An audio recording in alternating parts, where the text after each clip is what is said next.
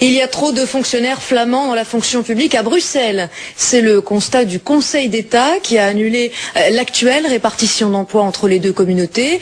Du coup, aujourd'hui, le cadre légal d'attribution des postes n'existe plus. Thomas de Bergeyck, Michel Erex.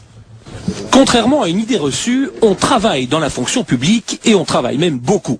À Bruxelles, 1800 personnes sont occupées à temps plein. Il y a 30% de néerlandophones et 70% de francophones. Les gens du Nord sont encore trop nombreux, estiment les partis du Sud. Avec 13% de Flamands habitant à Bruxelles, ce chiffre devrait être revu à la baisse. 25, 23 ou peut-être 20% serait une meilleure moyenne. D'élection en élection, le nombre d'électeurs qui votent pour les Flamands diminue.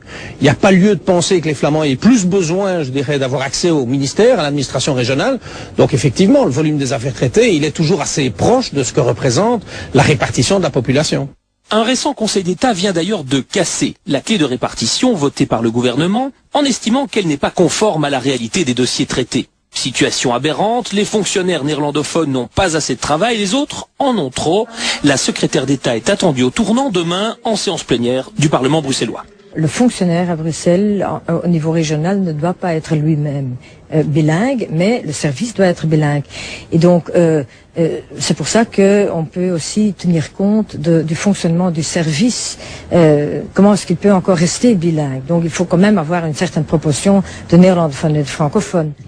En attendant, les dossiers s'accumulent à l'administration bruxelloise et certains dans les bureaux trépignent, car sans un cadre légal clair, impossible de faire carrière et de passer cadre ou directeur par exemple. Demain dans l'hémicycle, ce sera l'argument du nombre contre l'argument de l'efficacité.